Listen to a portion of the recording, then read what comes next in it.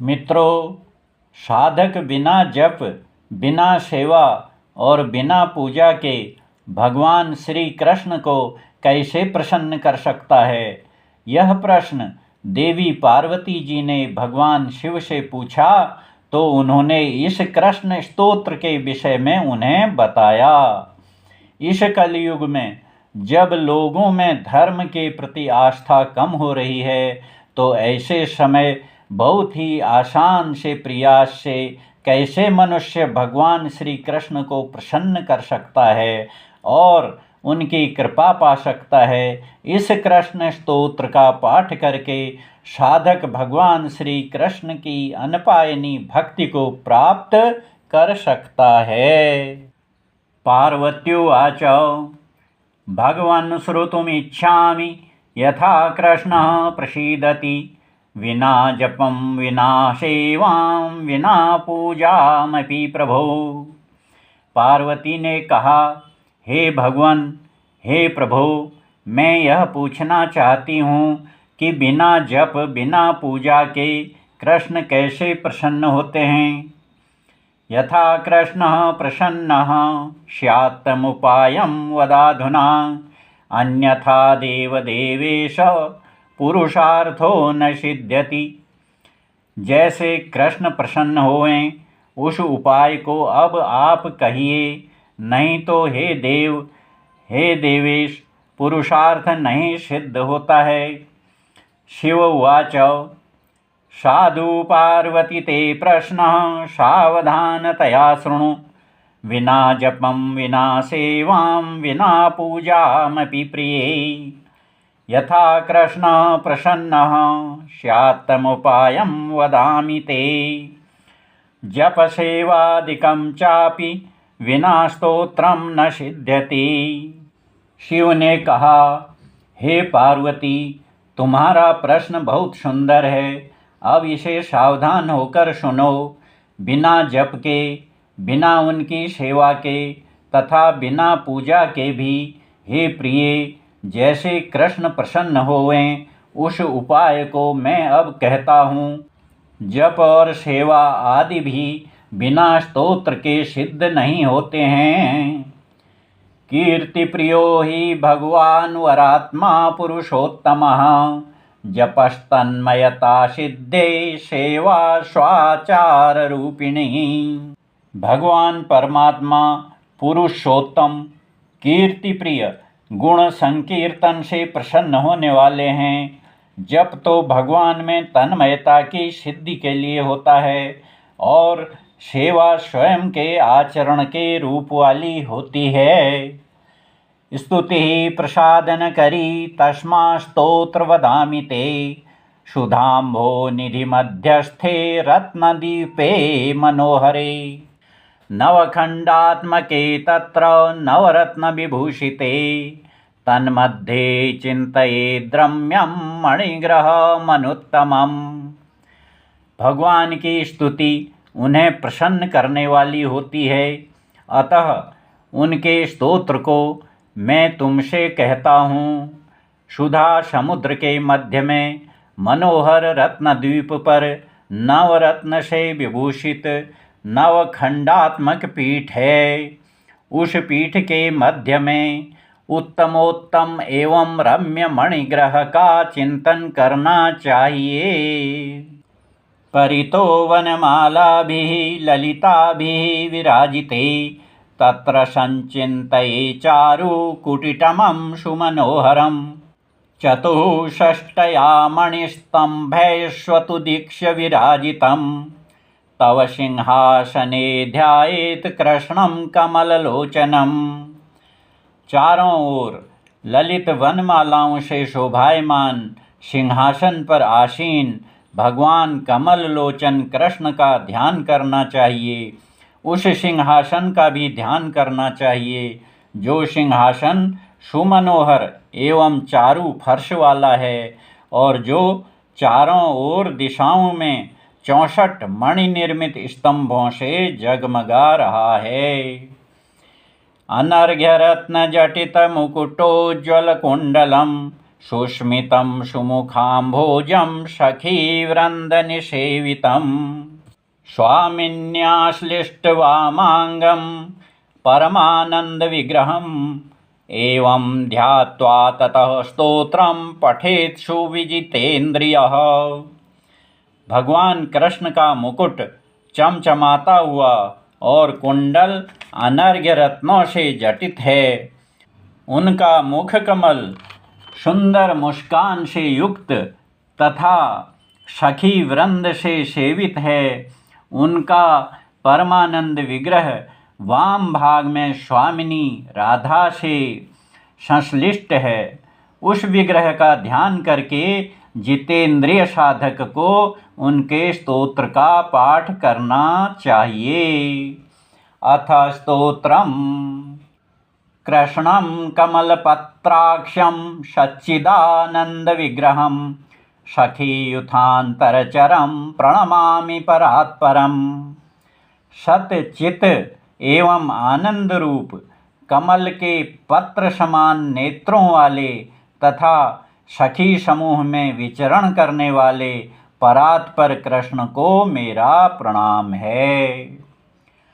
श्रृंगार रस रूपाय परिपूर्ण सुखात्मने राजीवारुण नेत्राय कोटिकंदर्प रूपिणे। श्रृंगार रस रूप वाले परिपूर्ण सुख वाले लाल कमल के समान अरुण नेत्र वाले तथा कोटि कामदेव स्वरूप कृष्ण को मेरा नमस्कार है। वेदाद्यगम रूपाय वेदद्य स्वरूपिणे अवाम्भनस विषय निज लीला प्रवर्तिने। वेद आदि आगम रूप वाले वेद से ही जाने जाने वाले अंतर मन के विषय तथा निज लीला का स्वयं प्रवर्तन करने वाले कृष्ण को नमस्कार है।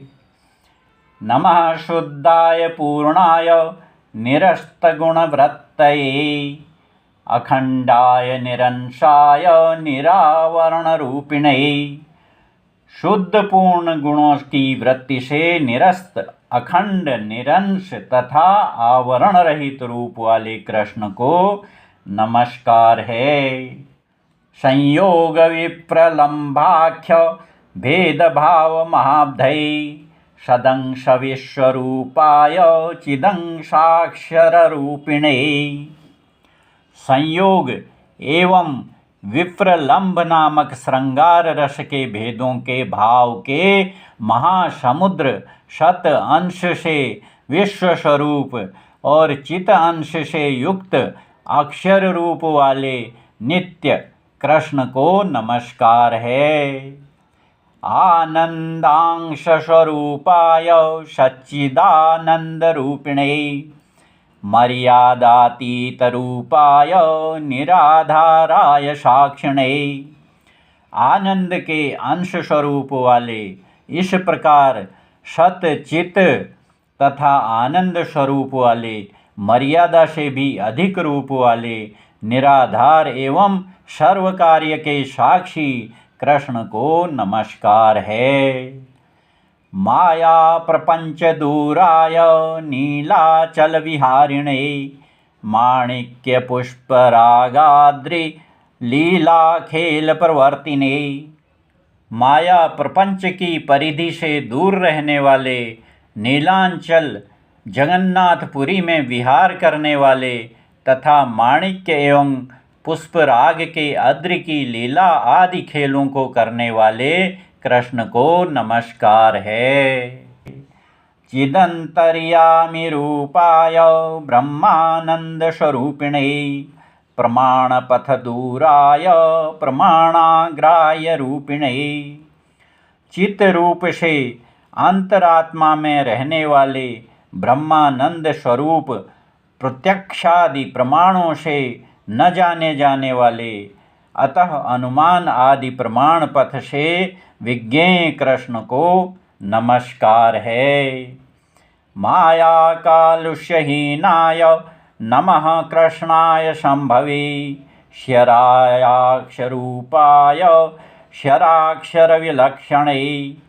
माया की कालिमा से विहीन कल्याण करने वाले कृष्ण को नमस्कार है। क्षर अनित्य और अक्षर नित्य स्वरूप वाले तथा क्षर एवं अक्षर से विलक्षण गुणातीत एवं अनंत स्वरूप वाले कृष्ण को नमस्कार है।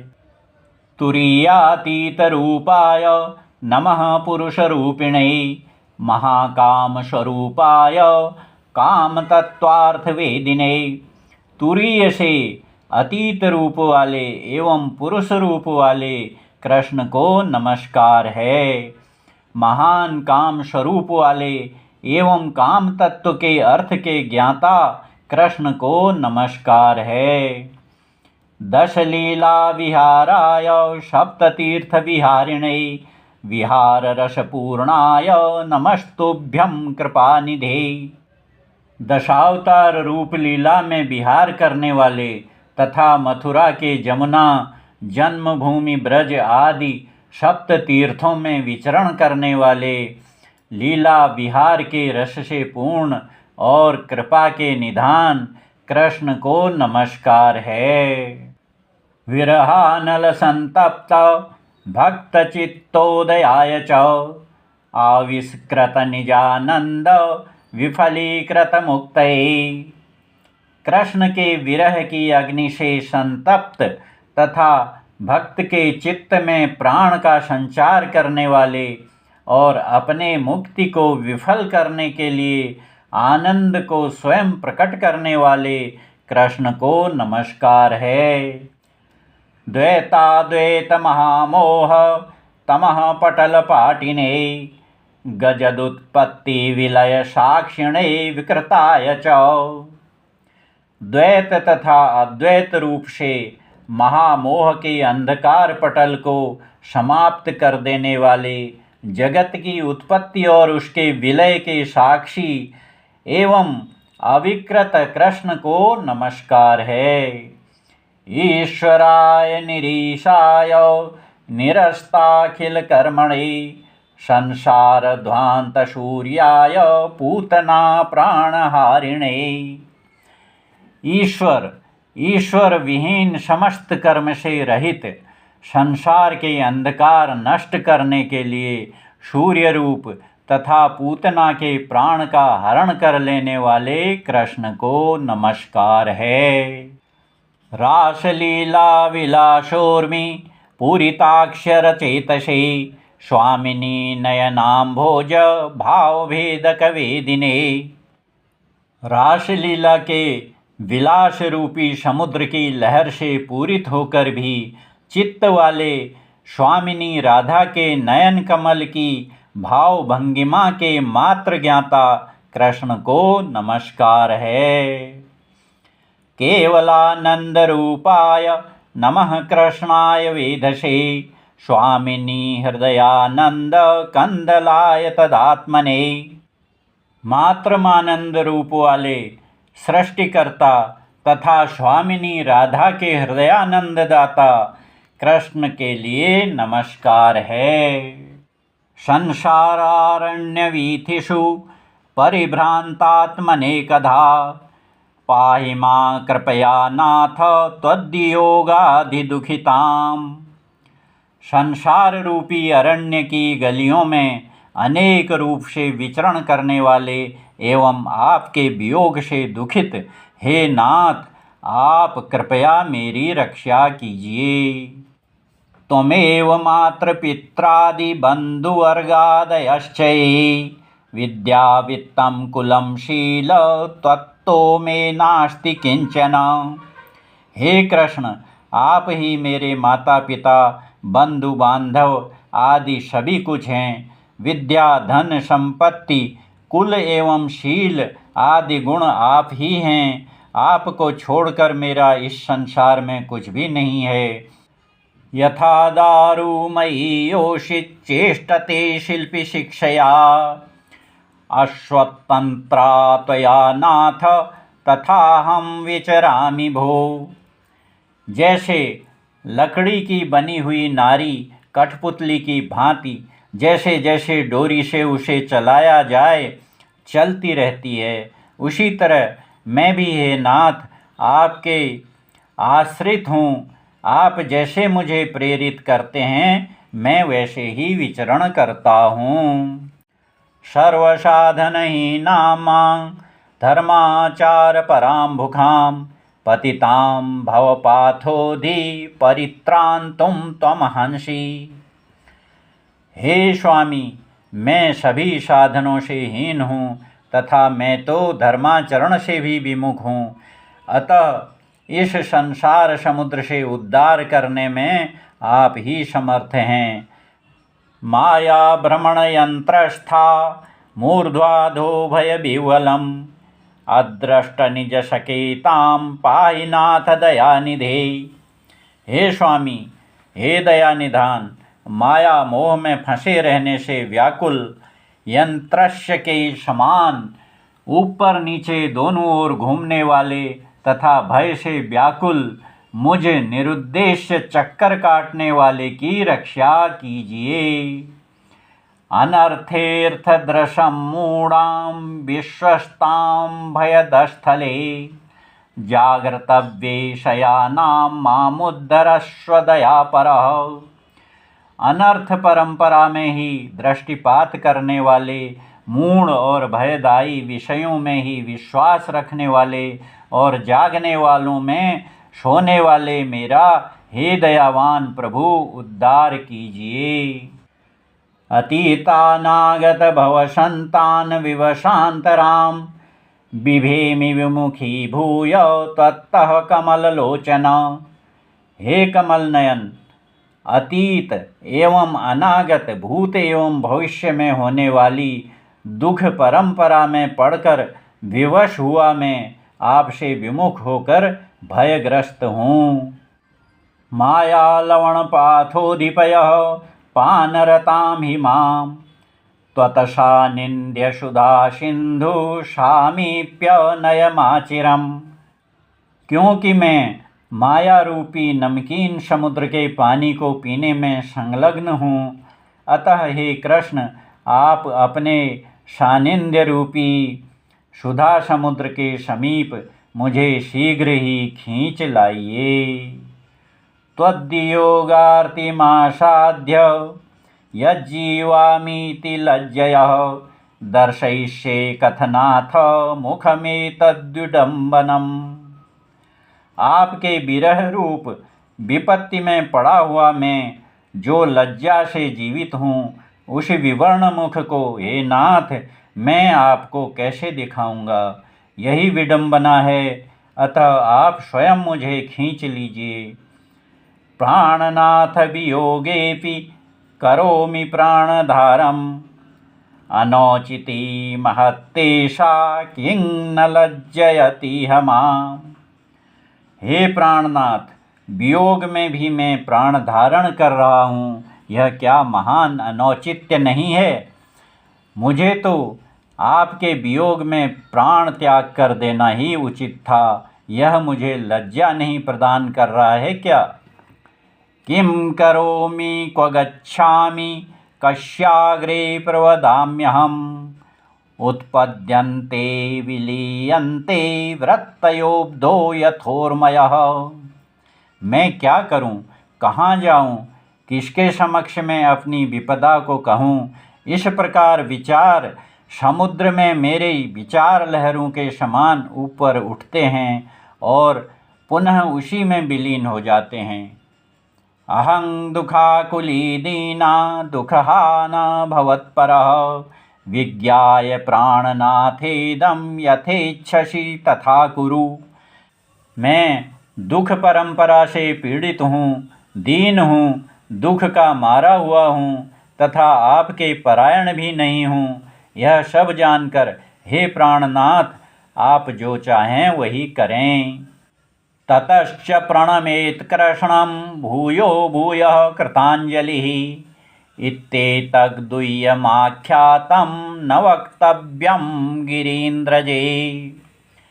इसके बाद हाथ जोड़कर श्री कृष्ण के समक्ष बारंबार प्रणाम करें। हे गिरिराज हिमालय की पुत्री, यह रहस्य मैंने आपसे बता दिया है, इसे किसी अपात्र को कभी नहीं बताना चाहिए। एवं यः स्तौति देवेशि त्रिकालं विजितेन्द्रियः आविर्भवति तच्चित्ते प्रेमरूपी स्वयं प्रभुः। हे देवेशी, इस प्रकार जो जितेंद्रिय साधक त्रिकाल में भगवान चिदानंद धन पर ब्रह्म श्री कृष्ण की स्तुति करता है, उसके निर्मल चित्त में प्रेम रूपी प्रभु स्वयं आविर्भूत हो जाते हैं। इति माहेश्वर तंत्रे उत्तरखंडे एवं ज्ञानखंडे शिवोमा संवादे सप्तचत्वारिश पटलं श्रीकृष्णस्तोत्रं सम्पूर्णम्।